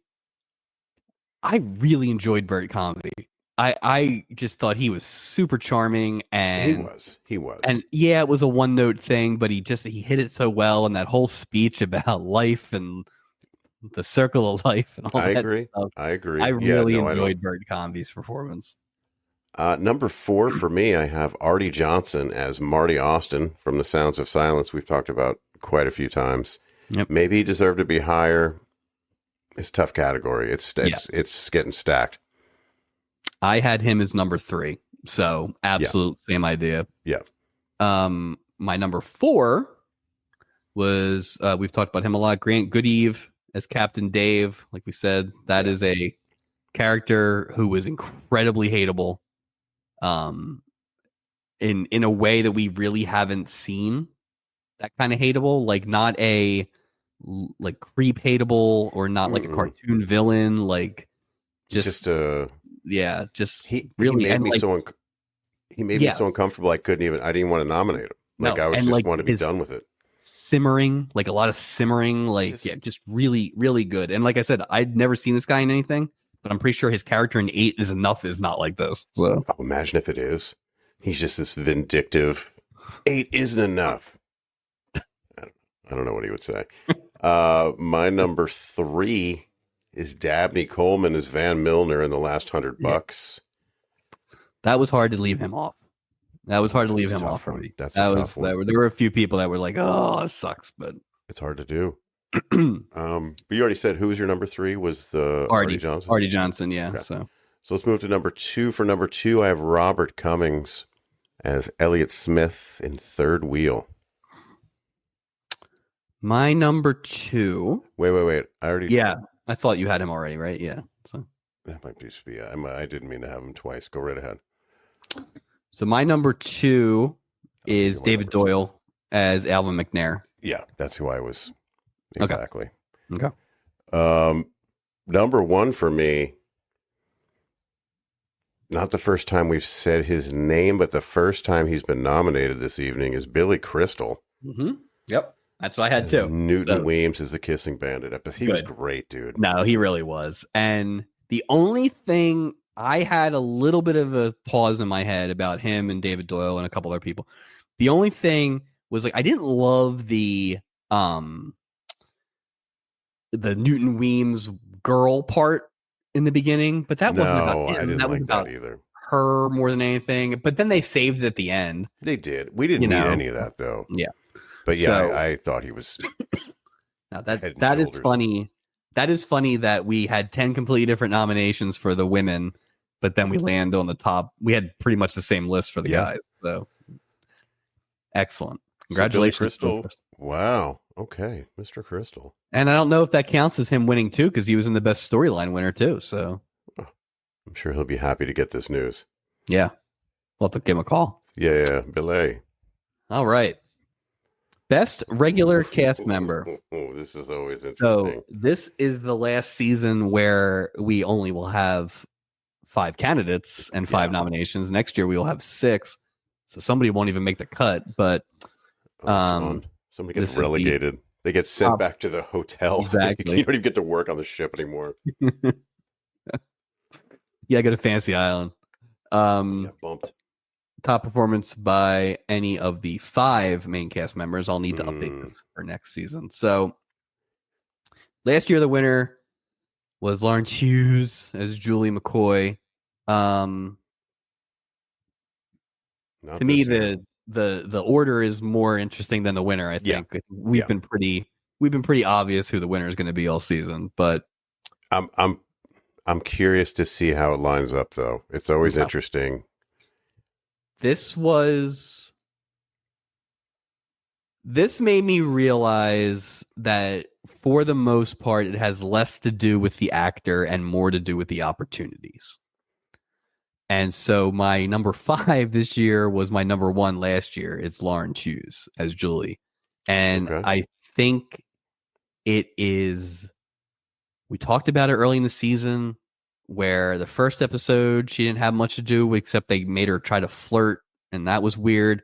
They had the horrible parents episode. They had the weird shoehorning with Pepito. They had a lot of episodes where she was just like the friend was on board kind of stuff. They kind of rolled her more into an Isaac Gopher role this season. They really did. I love that. I think she did good work with what they gave her, but I just don't think they gave her enough. No, I agree. I agree. Wait, who's your 5? So Julie was your 5. Julie was my 5. Wow. Okay, so my 5 was Stubing. Yeah, of course. I mean, that's, it's always, but I will say Julie is really number 5 because she's number 4, because Stubing's always number 5 and he'll be number 6 next year. But yeah, Julie's in the same boat. Yeah. So that's my 5 and 4 is Stubing and Julie. So I have Stubing at 4. So, same. I will say, because we talked about it a lot last year, I think the Stubing character improved in the second half of the season. I agree. And I think this goes for all the characters, but especially Stubing, is the variance. He's generally one of 2 or 3 versions of himself now, right? There still is that kind of hard ass, I'm a Navy person, but not as much. Goofball too. Yeah. And so I did appreciate that they were at least a little more consistent with him. I agree. I think we got to see Gavin McLeod's comedic chops a lot more this year. I welcome it. I welcome, and more that's of where that. the money is, right? Yeah, I agree. That's where we want to be. Yeah. Let's see. Number 3. Yeah. I went with Fred Grandy as Gopher. Okay. It's a coin flip with him and Isaac, honestly. It's same thing. I had Gopher at 3. Yeah. Or I could have Gopher at 2 and Isaac at 3. Yeah. I will say, and they kind of found this last year, right? But it's like Gopher as the comedic foil is obviously the best version of that. Sure. And he got to do a lot of like character work in the dream thing and with his mom. Yeah. Yeah, but even that thing with him and Doc when they were bartending, it was hilarious. Yeah, I don't think we haven't really had to see him quote unquote act, and I think that's probably a good thing, and I think that's probably where I don't know that Gopher will ever get above 3, I guess, in my head. But I think we were seeing some of that acting in that last episode, The Third Wheel, unfortunately. Yeah. I think that was his acting. I'm like, I don't know if it was great, but yeah. I'm the same way. Isaac and Gopher are 2 and 3 interchangeable. I could see either way. Yeah.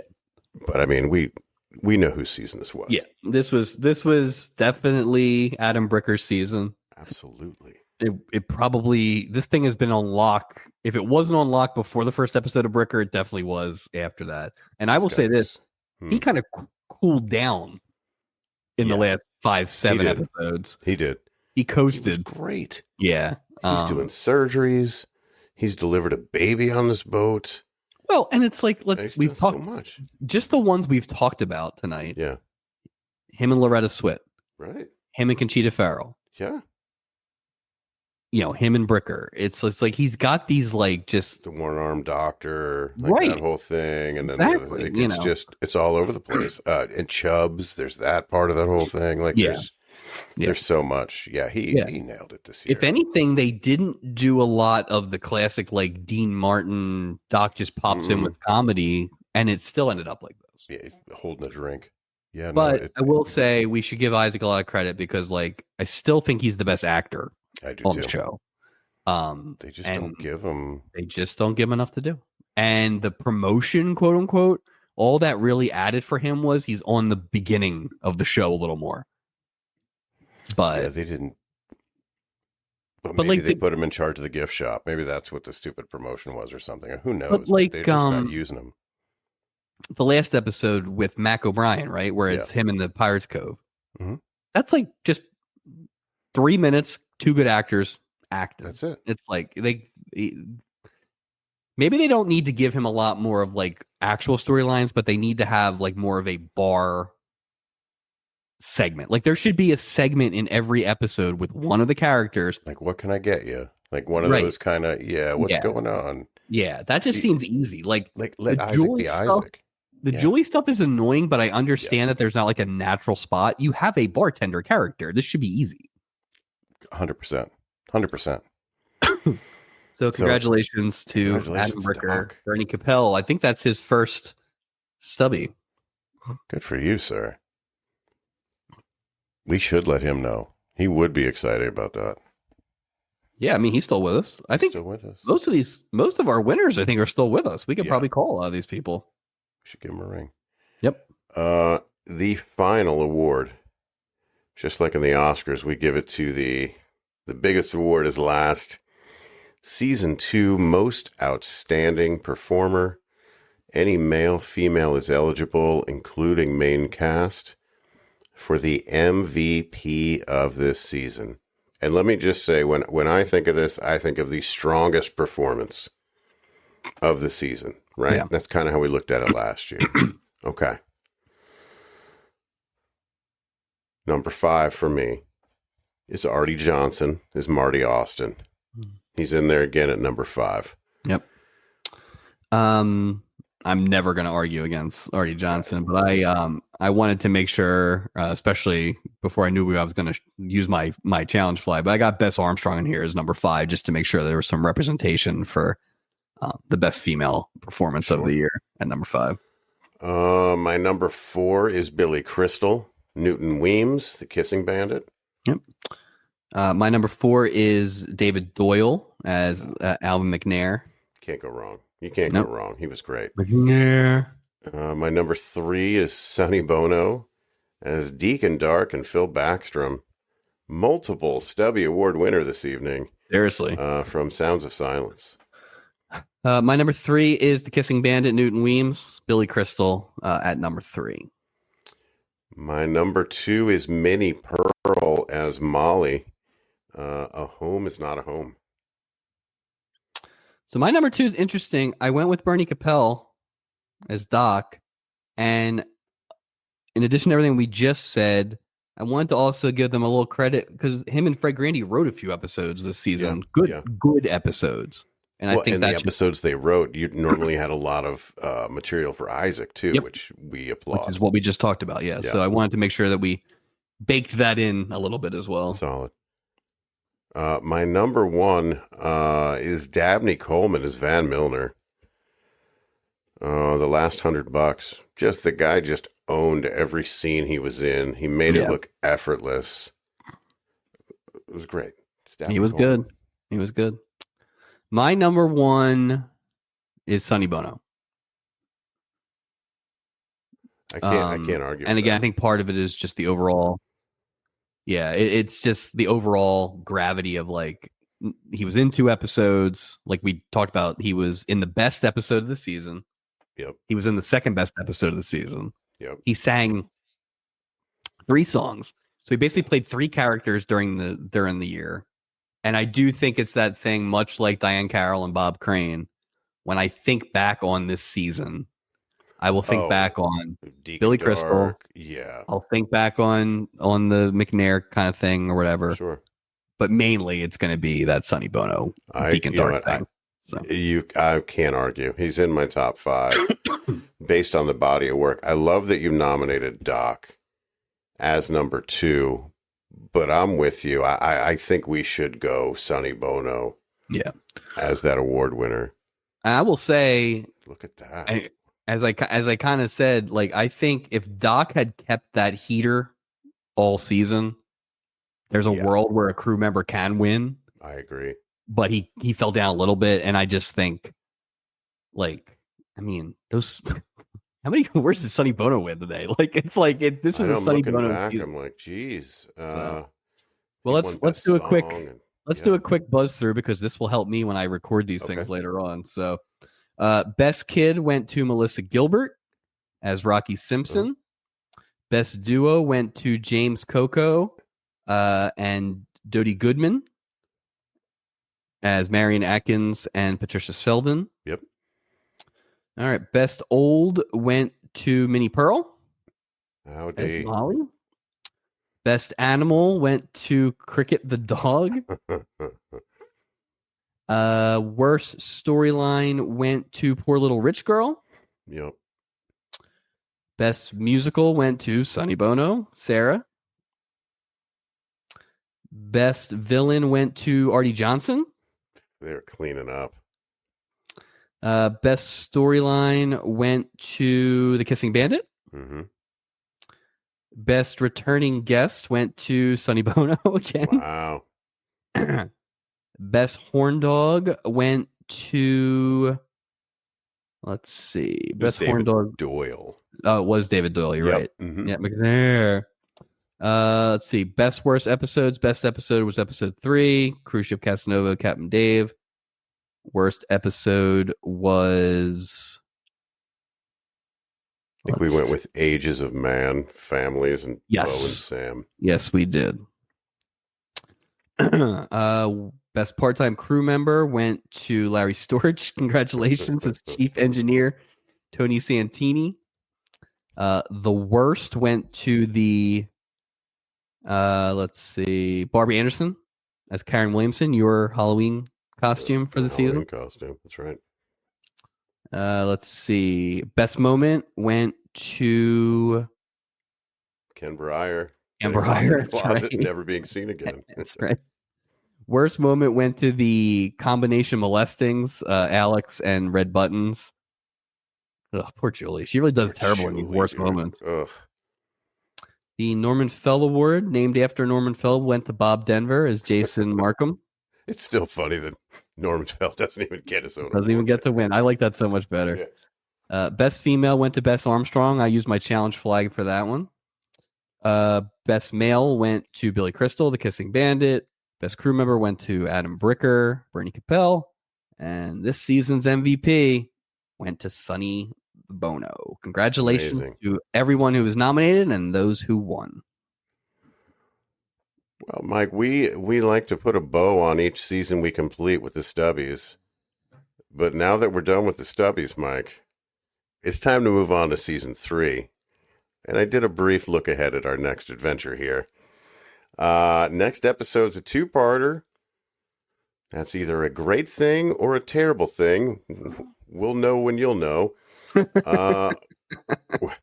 We are off to Alaska with Audra Lindley. She's back.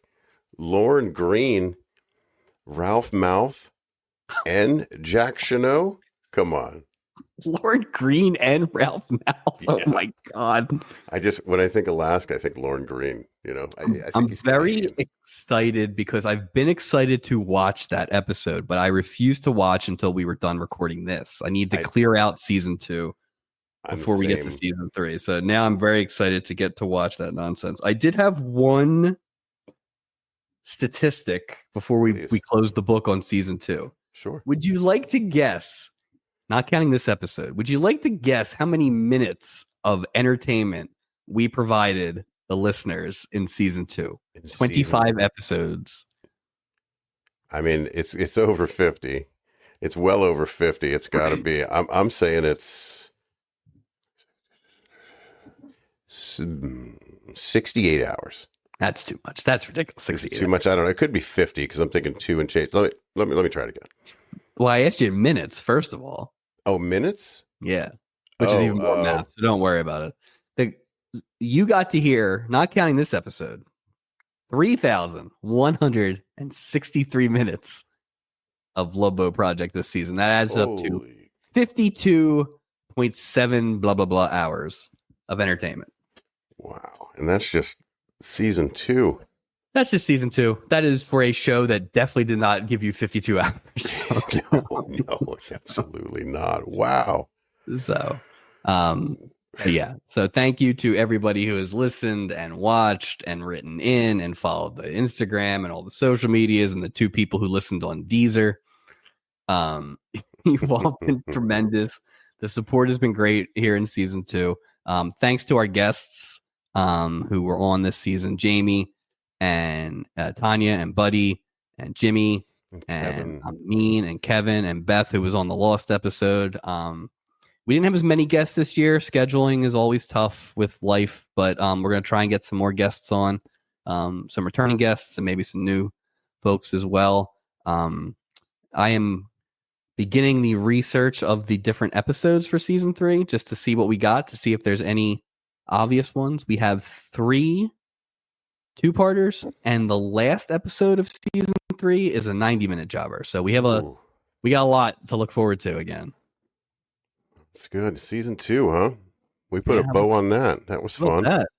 We learned tonight we have 7 more complete seasons to go and then change. Yep. Just getting started. And I think, if I remember correctly, the middle seasons have like an extra 2-parter. So they hate us. They absolutely did it. They hate us. There's more before there's less. So much more. So much more. But yeah, thanks a lot for tuning in. It's been it's a lot of fun to do, and we can't wait to get on board for season 3. May 19th, Monday, May 19th.